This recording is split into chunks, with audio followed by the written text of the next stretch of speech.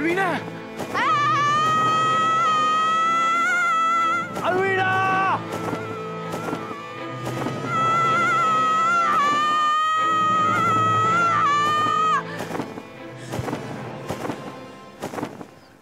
Pero masakit, Alwina. Masakit. Kaya nga tinawag na sakripisyo. Kung hindi ito masakit, hindi ito sakripisyo.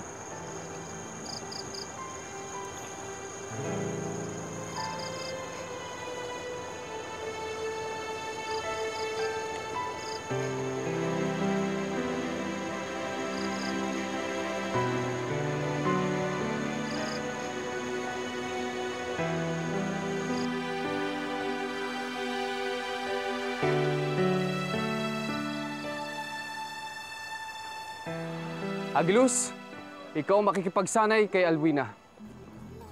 Yeah! Yeah! Yeah! Yeah!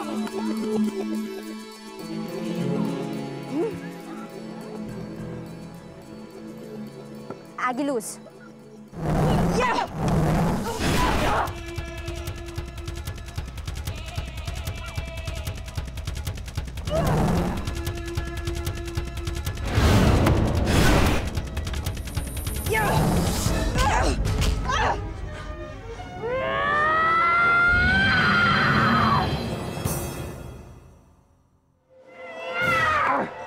Sabihan na!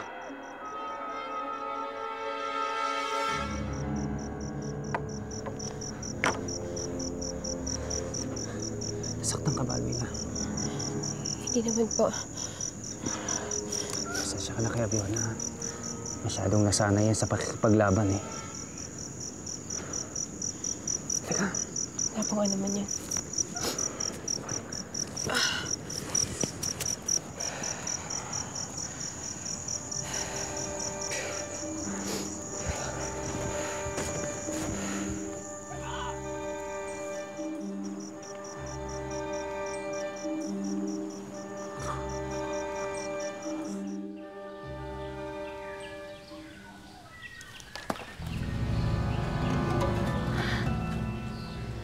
Napakagandang ibon. Saan ka galing, ha? Mukhang nagyayabang ka pa. Ganda-ganda naman ng balahibo mo. Gabriel, kailangan mo ba ng tulong? Alam mo ba yung tungkol dito? Oo naman. Matagal ako sa syudad. Pero marami pa naman akong alam sa pamumuhay sa gubat.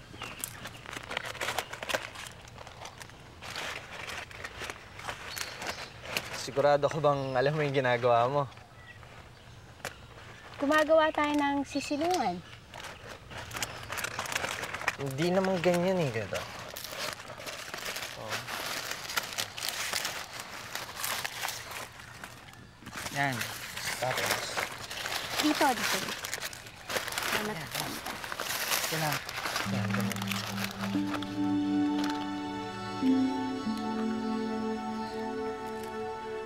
Gabriel! Anong ginagawa niyo dyan? Ah, masisilungan. Eh, ba't di mo kagad sinabi sa akin? Teka, ba't maliit to? Para sa inyong dalawa lang ata ito. Eh, paano ako kakasya dyan? Teka nga. Ako nang gagawa. Umurong ka dun. Ikaw, umurong ka. Liit-liit nito eh. Paano ako magkakasya dito? Teka, kung gusto mo makatulong, kumuha ka nga ng mas mahabang kahoy. Ikaw, kumuha ka ng mga dahon. Gawa ko ng mas malaki dito. Hindi ako kakasya dito eh. Oh. Saan ka ba galing, ha? Oh. Ganda-ganda mo naman. Lola! Ano yan? Eh, dumapo lang yan dyan eh. Mukhang malayo ang nilipad kaya naawa naman ako. Kung ano-ano ng impaktong ibon dumadapo dito sa Tierra Fuego, Lola. Hindi ba kayo natatakot? May karapatan kayong matakot. Sabi ko na nga ba, impacto yung ibon na yan eh. Anong klaseng impacto ka? Impakto ang tawag nyo sa mga nilalang na hindi ninyo kilala? Pero ang tunay na impakto ay ang mga nilalang na walang ginawa, kundi saktan at abusuhin ng kalikasang pinagkukunan natin ng lahat ng ikabubuhay. Bakit ka pumunta dito? Narito ako dahil sa kagandahang loob ng lola mo. May masama kang balak? Wala akong masamang balak. Wala akong ginagawa, kundi ang ginagawa ko mula pa noon. Ang sagutin ng mga tanong na hinaharap sa akin. Tanong? Anong klaseng mga tanong? Nakikita ko ang lahat ng nagtatago mula sa mga mata ng karaniwang nilalang. Kaya kong sagutin ang lahat ng tanong na bumabagabag sa inyo. Hindi ako naniniwala! Patunayan mo yung mga sinasabi mo. Kung yan ang siya mong nais. Pero binabalaan kita. Madaling magtanong. Pero baka mahirap tanggapin ang kasagutan. Tama na ang satsat. Patunayan mo yung mga sinasabi mo. Nakikita ko may matagal nang bumabagabag sa iyo, binata.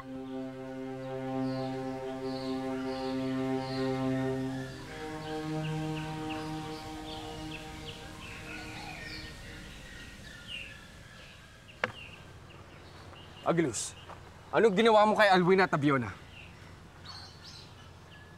Bagus, hindi ko maintindihan ang sinasabi mo. Huwag ka na magmaang-maangan pa. Nakita ng lahat ang nangyari kanina sa pagsasanay. Muntik na magpatayan ng dalawa at ikaw lang nakakalam ng dahilan kung bakit nila ginawa yon. Bagus, maniwala ka sa akin. Wala akong kasalanan. Agilus, sinabi ko sa'yo noon pa. Mamili ka. Kung meron kang mapili, may masasaktan. Pero kung hindi ka mamimili, may mapapahamak.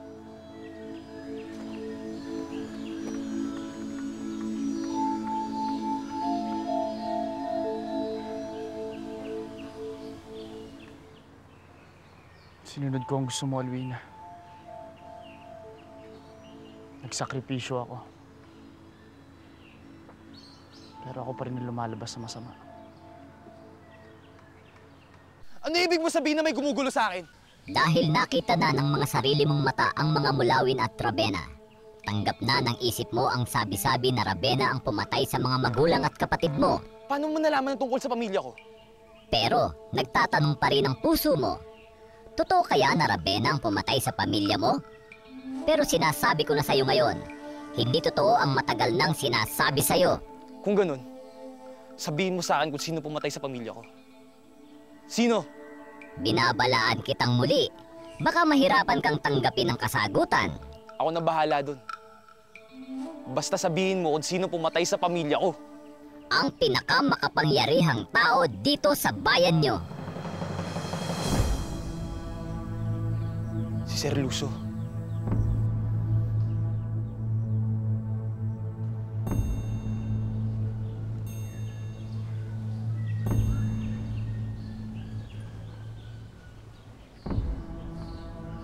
Ay, Bagwis, ba't kinuha yung mukha ni Julian para di maipinta? Maraming bumabagabag sa kanya ngayon. Naguguluhan siya sa nararamdam niya para kay Alwina at Abiona. Isa pa, hindi pa kumpleto ang kanyang mga alaala. Kung minsan naiisip ko, isa sa mga dahilan kung bakit napakalakas na damdamin na nagbibigkis kay Alwina at sa kanya ay dahil pareho silang naulila. Pareho silang hiwalay sa magulang sa murang edad. Bagwis, hanggang ngayon ba hindi pa rin nagtatanong si Julian tungkol sa kanyang mga magulang? Hindi pa. At ayokong buksan ang kanyang isipan sa ganyang tanong. Marami siya dapat harapin ngayon. Hindi niya kailangan ng dagdag na dalamhati. Abiona. Abiona, mag-usap nga tayo. Tungkol saan? Alam mo kung tungkol saan. Kung ano man ang ginagawa mo, itigil mo na.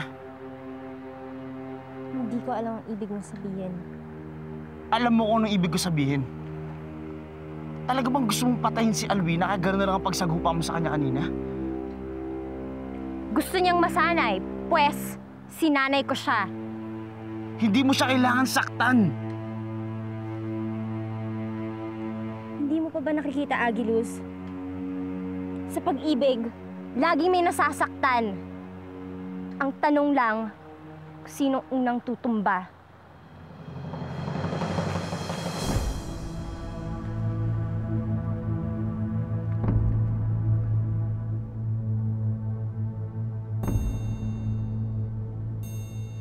Paloma! Kanina pa kami naglalakad ni Terong. Baka pwede muna tayo magpahinga sandali. Mabuti pa nga. Dahil wala akong nakikitang bago mula dito sa taas. Baka pa ikot-ikot lang tayo dito sa gubat na hindi natin nalalaman. Dumito muna tayo para mananghalian. Maghanap lang ako ng makakain natin.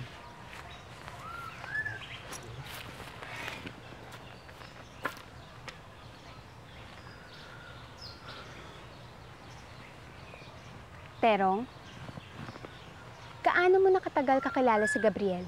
Oo, simula pagkabata. Sabay na nga kami lumaki niyan. Tagal na pala. E di ibig sabihin hindi ka magseselos kapag may bago siyang nakilala. Anong ibig mo sabihin? Meron kasing lahi ng mga ibon na ang mga lalaki ang umuupo sa mga itlog hanggang sa mapisa ito. Eh, baka kasi ganun ka. Teka, sinasabi mo bang bading ako? Na may hidden desire ako kay Gabriel? Sinasabi ko na sa'yo, hindi ako bading. Mabuti naman. Gusto ko lang naman kasing liwanagin. Hindi ako bading. Sa akin lang naman kasi. Mabuti yon para hindi tayo parehong nararamdaman para kay Gabriel. Nararamdaman para kay Gabriel?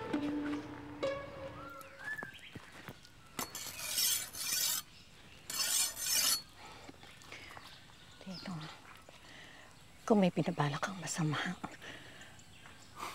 Lola, ba't naman ako magbabalak ng masama?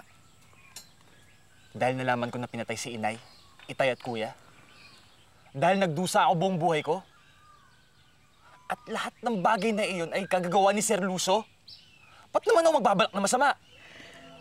Wala tayong katibayan. Wala tayong pinangahawakan, kundi salita ng ibon. Salita ng ibon.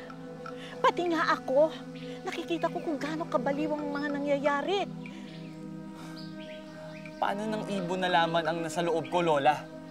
Paano niya nalaman? Ito, kabaliwan ang pinapasok mo.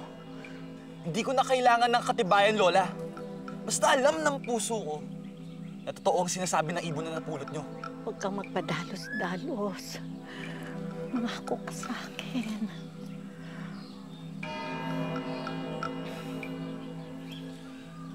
Nararamdaman para kay Gabriel? May nararamdaman ka para kay Gabriel? Hindi, wala akong sinasabing ganyan. Pero ang sabi ko, baka pareho natin pinahahalagahan si Gabriel. Pinagbibintangan mong bading ako dahil pinahahalagahan mo si Gabriel. Sino bang niloko mo?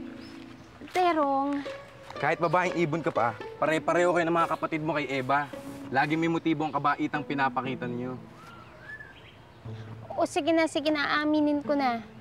Inararamdaman ako para kay Gabriel. Sabi ko na nga, Beng. Pero Terong, mangako ka, hindi mo sasabihin kay Gabriel. Tinig talaga yung amo ko sa mga babae.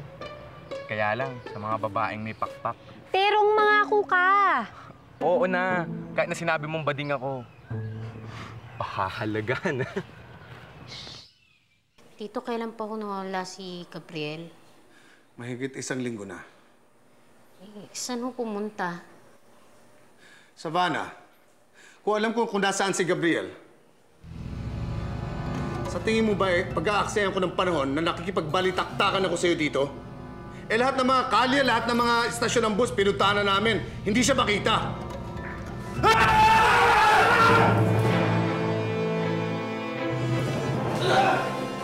Wala niya ako! Aso! Huwag mo nga pumunta sa pamilya ko!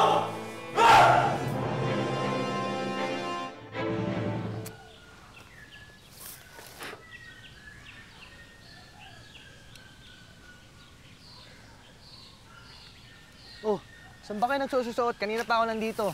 Handa na yung pananghalian natin, oh.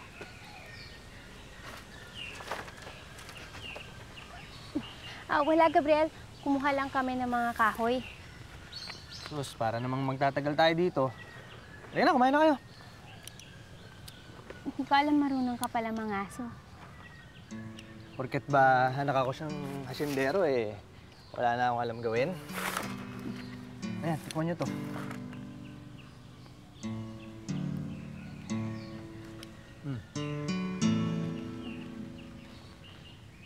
Alam ko hindi ka sanay kumain ng mga ganito, pero tikman mo, masarap to. Nako, Gabriel, yan yung mga gustong-gusto ng mga babae. Yung mga lalaking kaya silang alagaan. Di ba? Kaya napilitan lumikas sa mga mulawin mula sa kapatagan. Dahil sa mga tao. Dahil sa kasakiman nila at kalupitan sa gubat. Unti-unti nilang inubos. Nawalan tuloy kami ng tirahan. Siguro nangungulila na si Lourdes para sa iyo, no? Kahit na alam kong hindi siya yung tunay kong ina, kailangan kong hanapin ang mga magulang ko. Hindi pa rin nawawala ang pagmamahal ko sa kanya. Umaasa akong balang araw, kikita kami ulit. Bagwis, may ipapakiusap sana ako sa'yo eh. Ano yun? Maaari niyo ba akong tulungan hanapin ng tunay kong mga magulang? Kamusta na po kayo? Mabubuhay ako sa Havana. Malayo to sa bituka ko. Salamat po. Ay, Doc. Eh, totoo po ba yung sinabi ni Lino na kayo daw po yung nagpapatay dun sa buong pamilya niya? Totoo, Savannah. Napatay ko sila. Huwag ka naman magkukunwaring na iskandalo ka sa sinabi ko. Alam ko naman na parehong halang ang bituka natin. Tito Lucio, hindi ko ba kayo natakot makulong? Sino naman ang maniniwala sa nanlilimahid na trabahador na yan? Alam mo kung gusto ko malaman? Kung paano nila nalaman. Magkababata kayo ni Lino, Savannah. Tatanawin ko napakalaki na utang na loob. Kapag nakuha mo kay Lino, ang kailangan kong malaman. Alvina, kalahating tao ka at kalahating mulangin. Ayon sa aming batas, hindi ka dapat isinilang. Bawal sa aming mga mulangin ang umibig sa tao. Kaya kapag meron isang mulawin na umibig sa isang tagapatag, pinakatatago ito. Sana maintindihan mo na hindi madaling hanapin ang iyong mga magulang. Naiintindihan ko po na hindi madaling hinihiling ko. Pero siguro naman kilala niyo lahat ng mga mulawin. Baka alam niyo kung sinong tunay kong ina. Paano mo na siguro na ang ina mo ay isang mulawin? Ano pong ibig mong sabihin? Ayon kay Lourdes, nanggaling ka daw sa isang itlog. Dahil galing ka sa itlog, ipinagpalagay mo ng iyong ina ay isang mulawin. Paano ka nakasisigurado na hindi ang ama mo ang mulawin at tao ang iyong ina? Alvina, kilala ko lahat ng kauri ko. Pero hindi ko kilala ang mga tagapatag. Matutulungan kita sa problema mo. Pero hindi sa paraan mo, Alvina.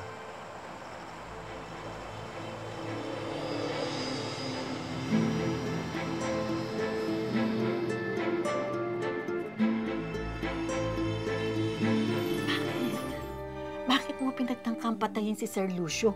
Sinabi ko naman sa'yo, huwag kang magpapadalos-dalos. Lola, pinatay niya pamilya natin. Para makamkam lang yung lupa natin, pinatay nila sila. Tapos gusto niyo wala ako gawin? Pero wala tayong kalaban-laban. Paano ka makakalaya ngayon? Alam niyo ho, malakas ako kay Tito Lucio. Pwede kong palayain ang apo niyo. Lola, huwag kayo makikinig dyan. May itim din kaluluwa niyan eh. Akala mo ba, bait-baitan ako at papalayain ka ng ganun-ganun na lang? Siyempre, may kabayaran yun. Anong hinihingi mong kapalit sa Bana? Lola, huwag kayo makikinig sa kanya. Maraming nakakita sa ginawa mo. Wala tayong perang pambayad na abogado. Wala tayong pagpipilian kundi ang inaalok ni Savannah. Anong hinihingi mong kapalit? Sabihin niyo sa akin kung paano nalaman ni Lino na si Tito Lucio nga nagpapatay sa buong pamilya.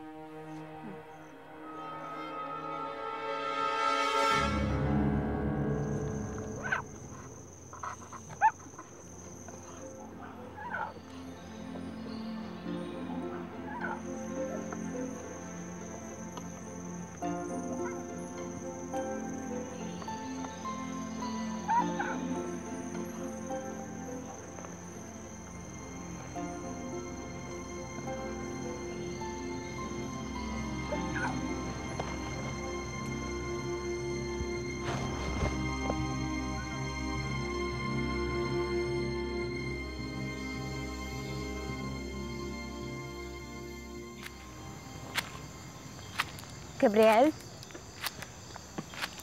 Dadapo na ako sa puno. Dali. Hindi mo pa sa akin sinasabi yung mahalaga mong sasabihin eh.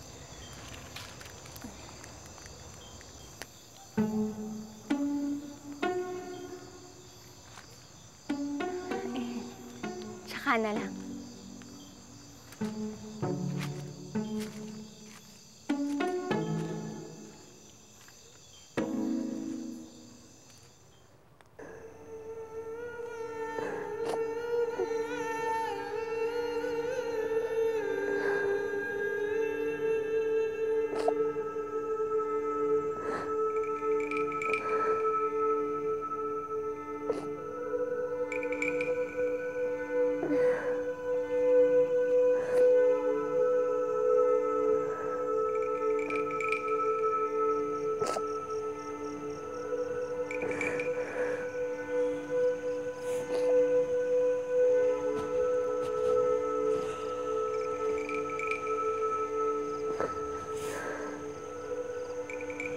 Fiona,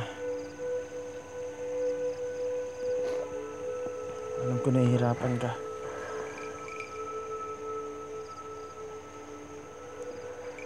Kung napagsalitaan kita ng masakit kanina,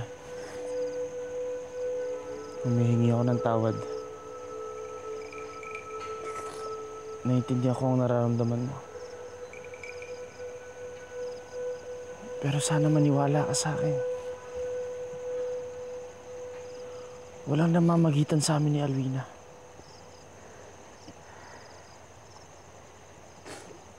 Wala nga namamagitan sa inyo ni Alwina. Pero mahal mo pa rin siya, hindi ba?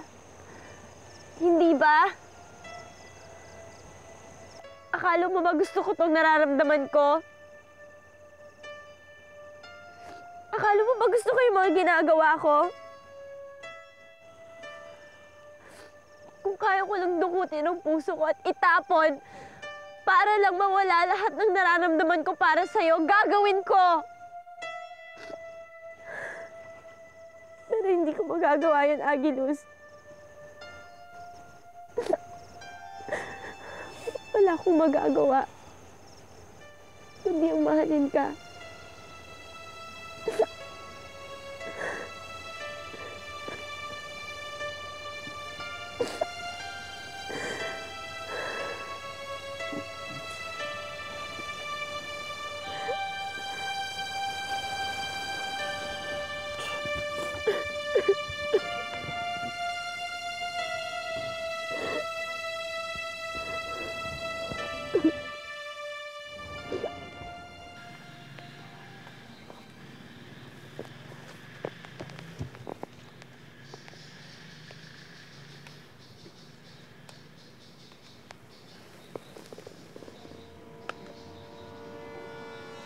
Wala ka ng silbi sa akin, Lourdes.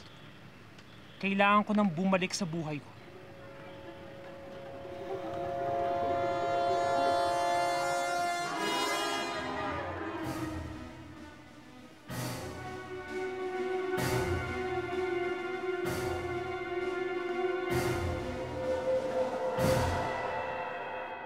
Bakit hindi kita kayang dispatchahin? Hindi ka na maaaring mabuhay. Pero hindi kita kayang patayin.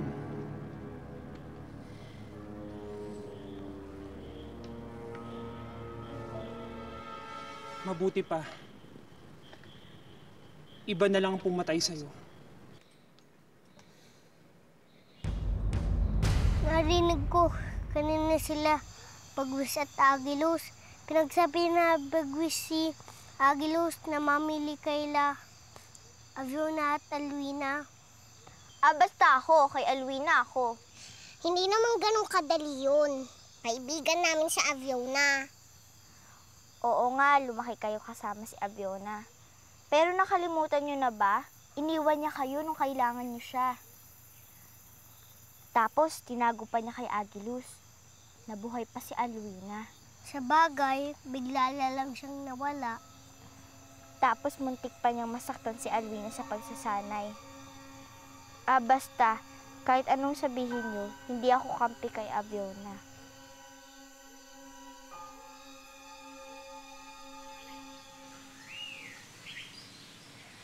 Sige nga, Alwina, ipakita mo sa akin ang paglipad mo. Yung ginagawa ko po kasi, tingkayad, ladlad, lipad. Sino nagturo sa'yo sa paglipad na ganyan? Isa kong kaibigan. Buti naman natuto ka sa pagtuturo ng kaibigan mo.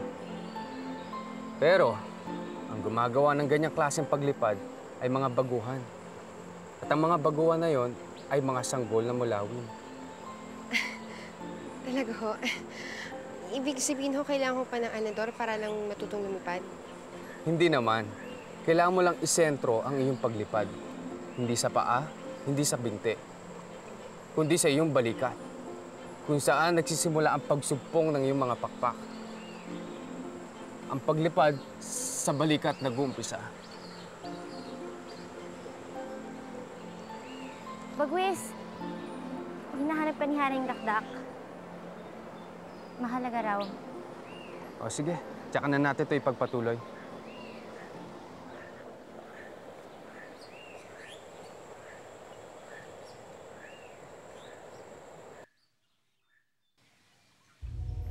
Magaling na bagay. Hindi ka nagkamali ng desisyon. Sundin mo lang ang lahat ng iniuutos ko at makakamtan mo ang ninanais mong kapangyarihan.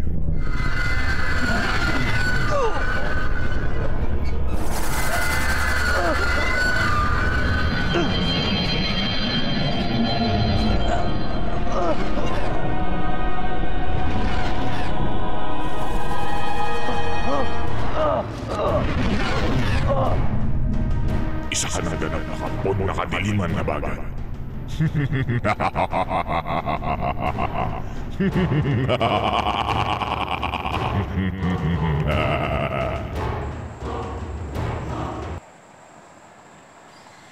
Aviona, mabuti na lang nagkaroon tayo ng pagkakataon para makapag-usap. May gusto ako sabihin sa'yo eh. Kasi, Aviona, hindi ko kasi nagugustuhan yung nangyayari sa ating tatlo ni Agilus eh.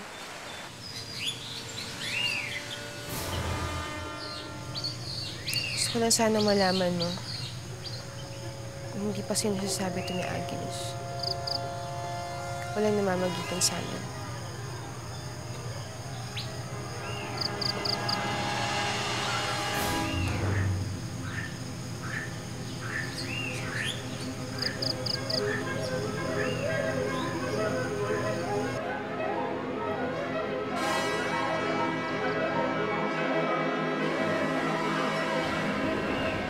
Ano nangyari dito? Pinatawag po kaming lahat ng mahal na Rabenum. May mahalaga raw siyang sasabihin sa mga kawal.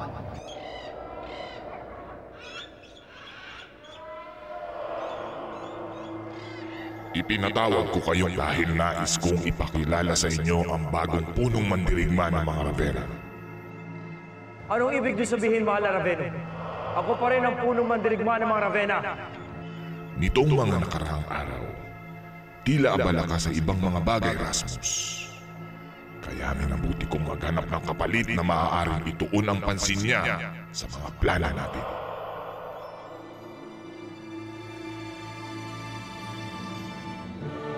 Kawan, ang bago ninyong punong mandirigma, si Habagat.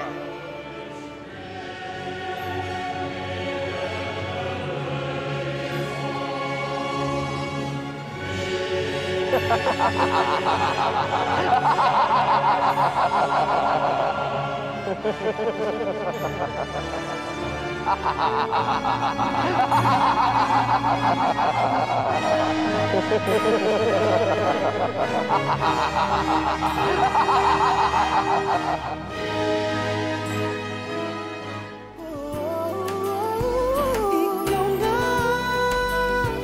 ang siyang